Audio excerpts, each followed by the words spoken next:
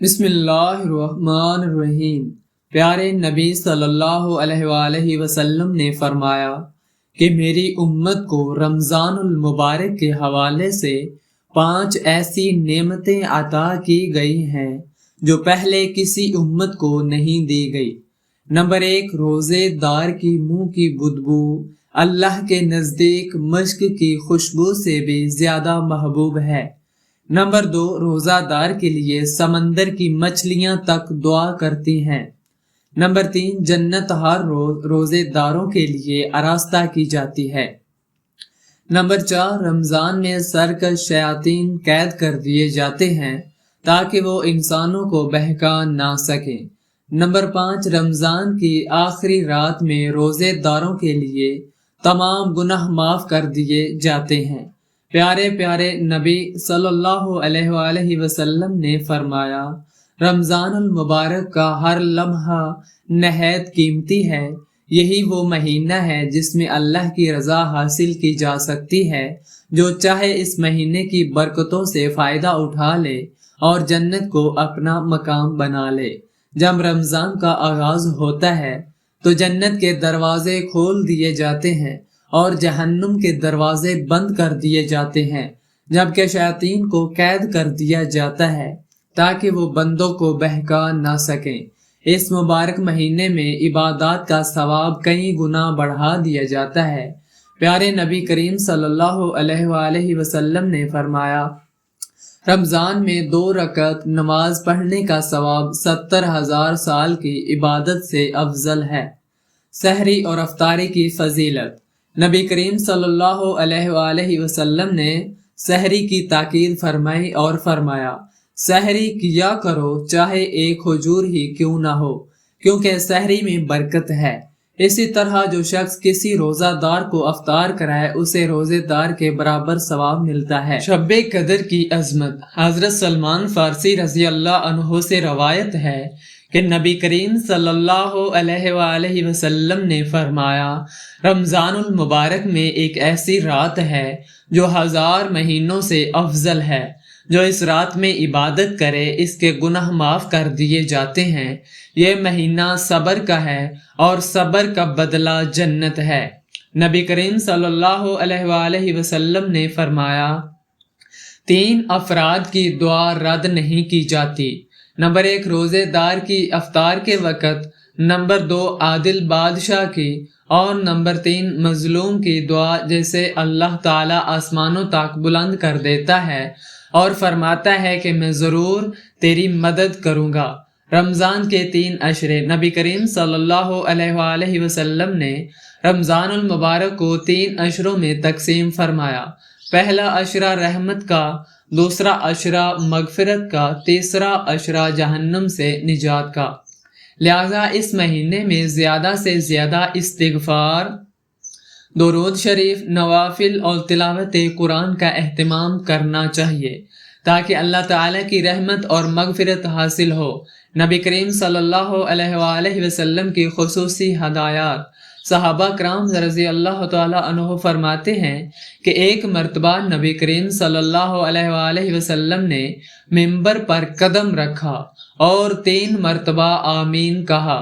صحابہ نے عرض کیا، یا رسول اللہ صلی اللہ علیہ وآلہ وسلم، آج ہم نے آپ سے ایسی باتیں سنی جو پہلے کبھی نہیں سنی۔ آپ نے ممبر پر چڑھتے ہوئے 3 مرتبہ آمین کہا، اور یہ کیوں کہا؟ نبی کریم صلی اللہ علیہ وآلہ وسلم نے فرمایا، جب میں نے پہلے درجے پر قدم رکھا تو جبرائیل علیہ السلام آئے اور کہا، ہلاک ہو وہ شخص جس نے رمضان کا مہینہ پایا پھر بھی اس کی مغفرت نہ ہوئی۔ میں نے کہا آمین۔ نمبر 2، جب میں دوسرے درجے پر چڑھا تو جبرائیل علیہ السلام نے کہا، ہلاک ہو وہ شخص جس کے سامنے آپ کا ذکر مبارک ہو اور وہ آپ پر درود شریف نہ بھیجے۔ میں نے کہا آمین۔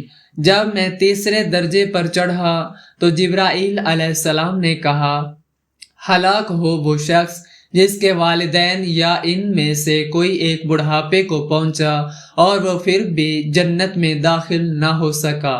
میں نے کہا آمین۔ یہ حدیث مبارک رمضان المبارک کی عظمت اور برکت کو بیان کرتی ہے اور ہمیں یہ احساس دلاتی ہے کہ یہ مبارک مہینہ مغفرت، رحمت اور جنت کے حصول کا سنہری موقع ہے، جس سے فائدہ نہ اٹھانے والا سخت خسارے میں رہے گا۔ سحری اور افطاری میں نبی کریم صلی اللہ علیہ وآلہ وسلم کی پسندیدہ غذائیں۔ نبی کریم صلی اللہ علیہ وآلہ وسلم سحری میں کھجور اور پانی کو پسند فرماتے اور فرمایا کرتے، سحری کیا کرو چاہے ایک کھجور ہی کیوں نہ ہو، کیونکہ سحری میں برکت ہے۔ آپ صلی اللہ علیہ وآلہ وسلم کی سحری سادہ اور ہلکی ہوتی تھی تاکہ دن بھر عبادت میں سہولت رہے۔ آپ صلی اللہ علیہ وآلہ وسلم سحری میں دودھ، جو کی روٹی، شہد اور ستو بھی تناول فرمایا کرتے۔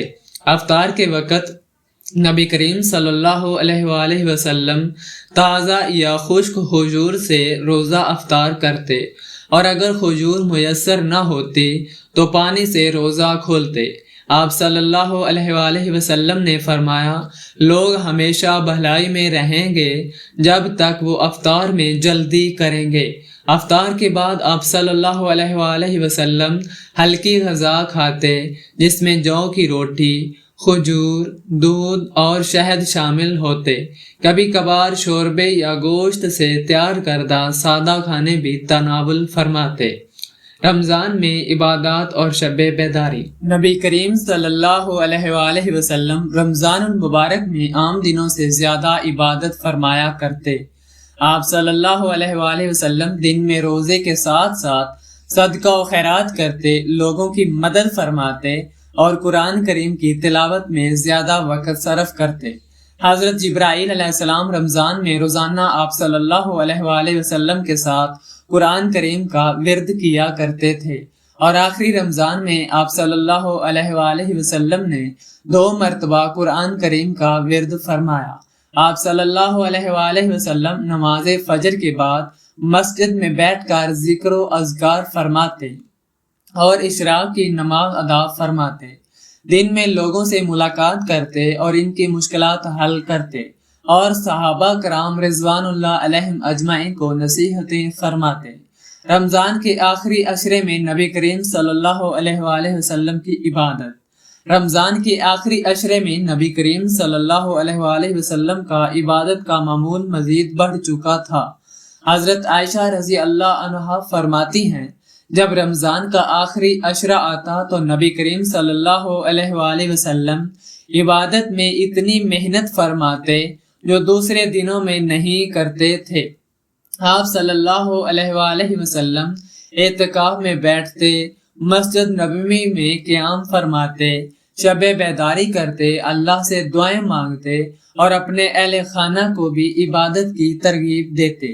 یہ سب ہمیں سکھاتا ہے کہ رمضان المبارک محض روزے رکھنے اور افطار کرنے کا مہینہ نہیں، بلکہ اللہ کے قرب، مغفرت، رحمت اور جنت کے حصول کا موقع ہے۔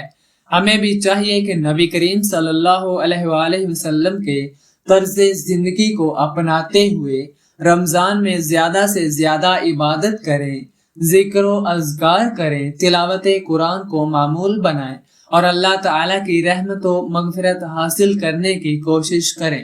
اگر آپ کو یہ ویڈیو پسند آئی ہو تو ہمارے چینل کو سبسکرائب کریں، ویڈیو کو لائک کریں اور زیادہ سے زیادہ لوگوں تک شیئر کریں تاکہ سب کو رمضان المبارک کے فضائل سے آگاہی حاصل ہو۔